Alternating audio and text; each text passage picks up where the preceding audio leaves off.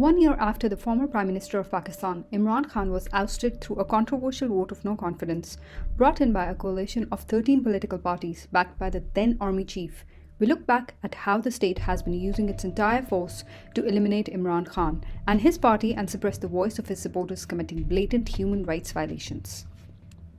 On 21st May 2022, PTI's senior vice president Dr. Shiri Mazari was abducted by armed personnel in broad daylight and kept in an undisclosed location for hours.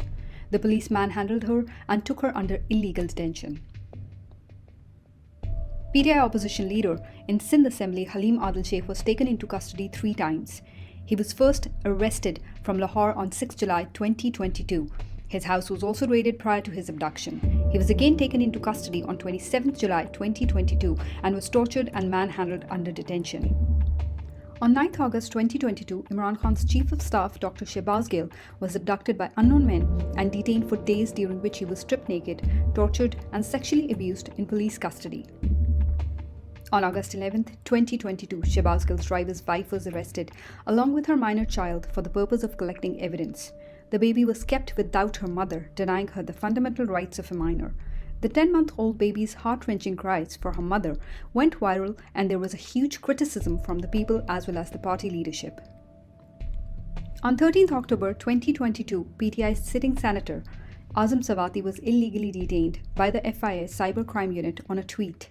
He was humiliated and arrested at 3 a.m. from his residence in front of his grandchildren, who were traumatized to see the whole incident. The 75-year-old senator was stripped naked and tortured. He was arrested again from his farmhouse because of another tweet on 27 November 2022. Even after his release, he was harassed and threatened. His wife received an inappropriate video of their bedroom breaching their privacy. Senator Azam Sawati broke into tears talking about this shameful political victimization in a press conference on 5 November 2022. On 1 November 2022, PTI's Information Secretary Andalib Abbas was released after a brief detention by police near Bani Gala. Andalib and several other workers were arrested and shifted to an undisclosed location. Andalib Abbas later claimed that female police officials misbehaved with her and pulled her hair while in detention. On 25 January 2023, former PTI Minister Fawad Chaudhry was arrested from his residence by several men in 4 cars without registration numbers and without sharing any details of an FIR. He was abducted for allegedly inciting violence against the Election Commissioner of Pakistan by calling him a munshi. On February 2, 2023, PTI's ally and head of the Awami Muslim League, Sheikh Rashid, was arrested from his residence for revealing the assassination plot against Imran Khan. He was manhandled by the police during court hearings, and 2 additional bogus cases were filed against him later. On 20th March 2023, Imran Khan's nephew, Barrister Hassan Niazi, was abducted by the police despite being on bail. He was taken into custody from outside the anti-terrorism court, although he was granted bail by the court before his arrest. On 6 April 2023, Federal Minister and PTI leader Ali Amin Gandapur was arrested from Khyber Pakhtunkhwa's Dera Ismail Khan district. He was taken into custody after he voluntarily surrendered to the police outside the Peshawar High Court, where he went to secure bail in the cases registered against him on different charges including terrorism. Ali Amin's lawyers said that the district police officer told the session judge that they had to arrest Gandapur at all cost, whether there is any case against him or not. The council further claimed that the DPO was ready to face the contempt of court notice because he had orders from above. On 23 March 2023, focal person to Imran Khan, Azhar Mashwani, was abducted by unknown personnel and was kept in undisclosed location for several days. He was not presented in court even after clear court orders. He later revealed that he was abducted on the orders of the Interior Minister Rana Sanalla. On March 16, 2023, police tried to arrest Dr. Yasmin Rashid from her clinic in Lahore without any FIR or arrest warrants, despite the fact that she had a pre-arrest bail in Zille Shah's death case. In May 2022 and again in March 2023, police raided the houses of several PTI leaders, ground workers, and social media activists at night. They harassed the family members and illegally detained their family members, who in some cases were children. PTI leader and former member National Assembly Kamal Shazay was blackmailed and threatened through a fake and objectionable video during October 2022 sent to her family to pressurize her. She was being harassed since September 2022, but no one took any action. In March 2023, more than 2,100 PTI social media activists, party workers and supporters were abducted during a nationwide crackdown on Imran Khan's party. These also included 3 children and women. They were illegally detained and their families were harassed and threatened. A series of sham FIRs were initiated against Imran Khan after he was ousted in April 2022. Collectively, about 150 plus bogus FIRs have so far been registered against him across the country under terrorism, sedition, contempt of court, and blasphemy, purely on political grounds. A series of fake FIRs and bogus cases have been filed against several PTI leaders, social media activists, and ground workers over the period of 1 year to politically victimize them. PTI's ally PMLQ's leaders and their workers were also politically victimized through bogus FIRs, raids, harassment, and abductions. Muna Salai's friend Farhan Khan was abducted by unknown men and detained illegally for days. Police also raided Pervez Alai's residence late at night and detained his security guards. PMLQ's legal advisor Amir Saeed Raun was also abducted by FIA and kept in illegal detention. A watchman named Javed Ali was abducted and tortured to forcibly extract a statement against the PTI leader Usman Dar. He was taken to an unknown location and beaten by 7 to 8 men. When he resisted, he was blackmailed that they will abduct his wife and children and strip her, photograph her, and upload the footage on Facebook.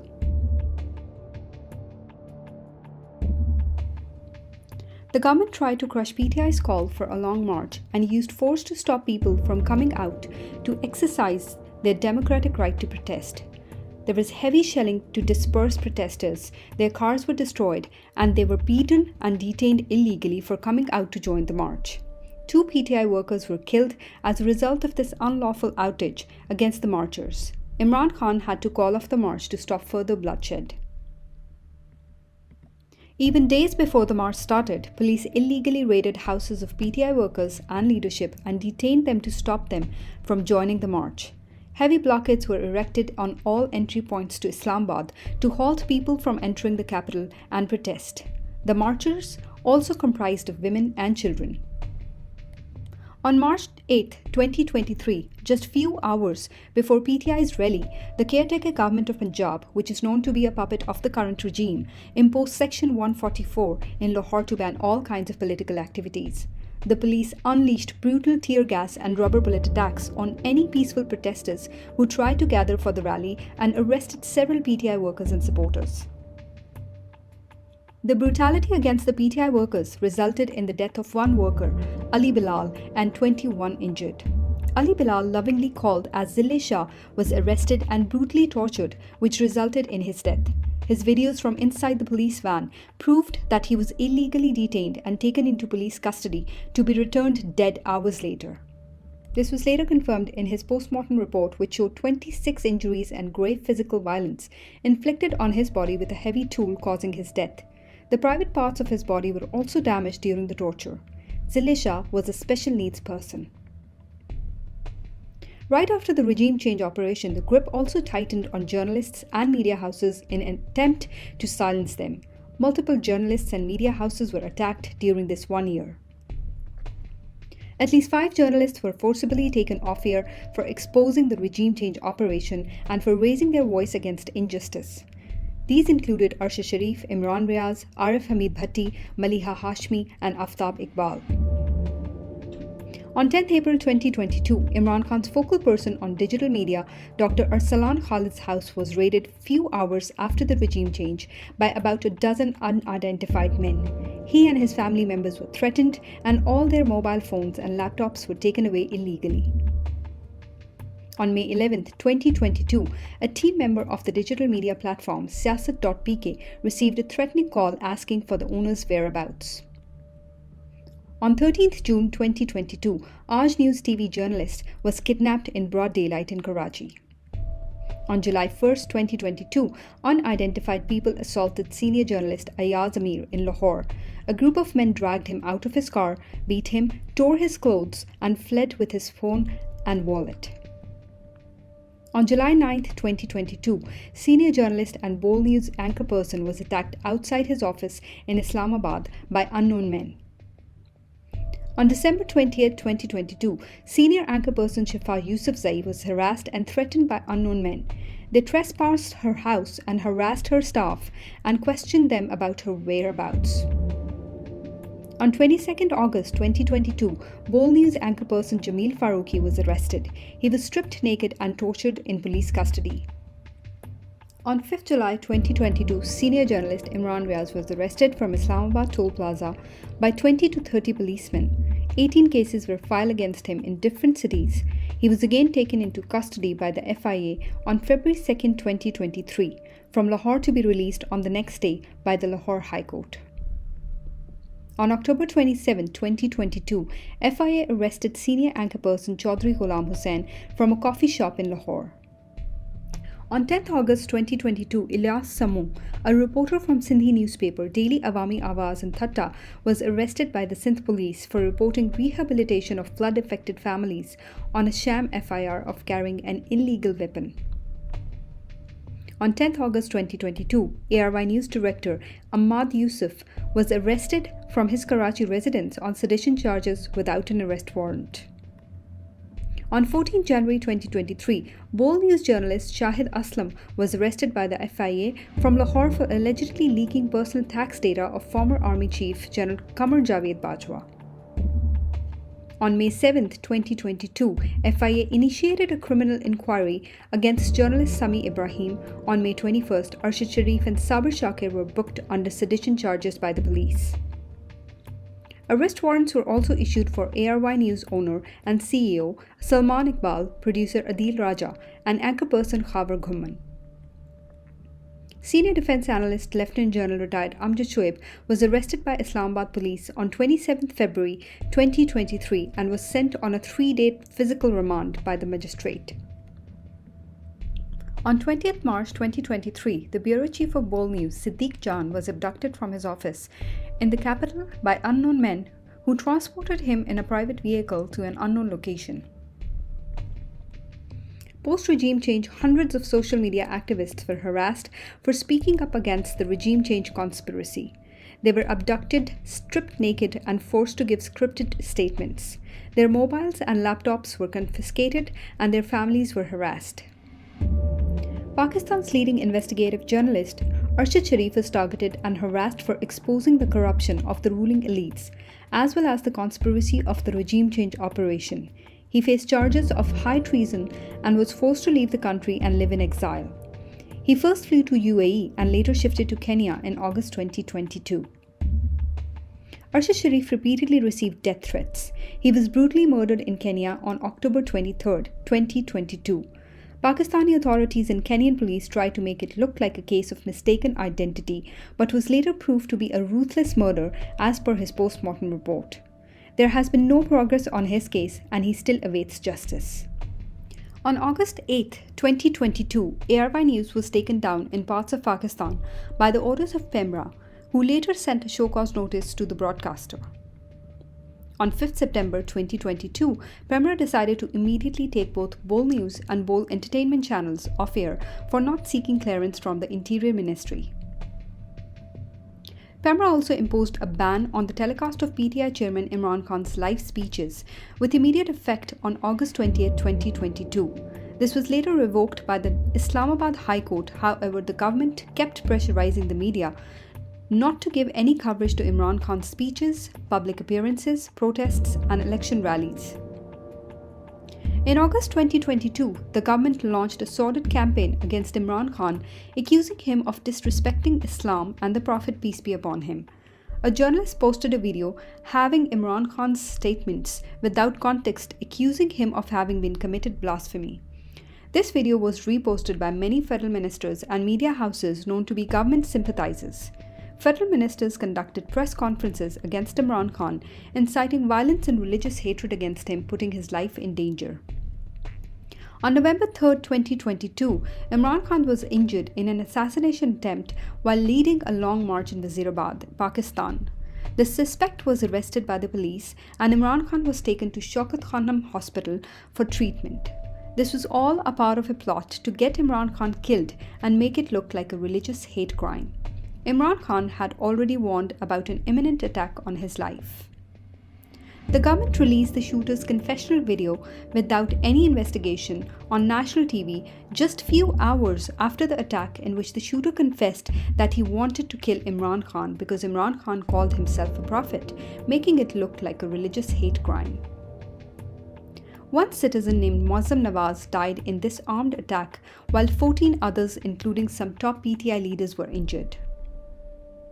The PDM government constantly used state media and official platforms to build and spread propaganda against Imran Khan and his party, starting from accusing him of blasphemy by putting his life in danger to running a planned campaign against him on fake corruption charges in the Tosha Khana and the prohibited funding cases.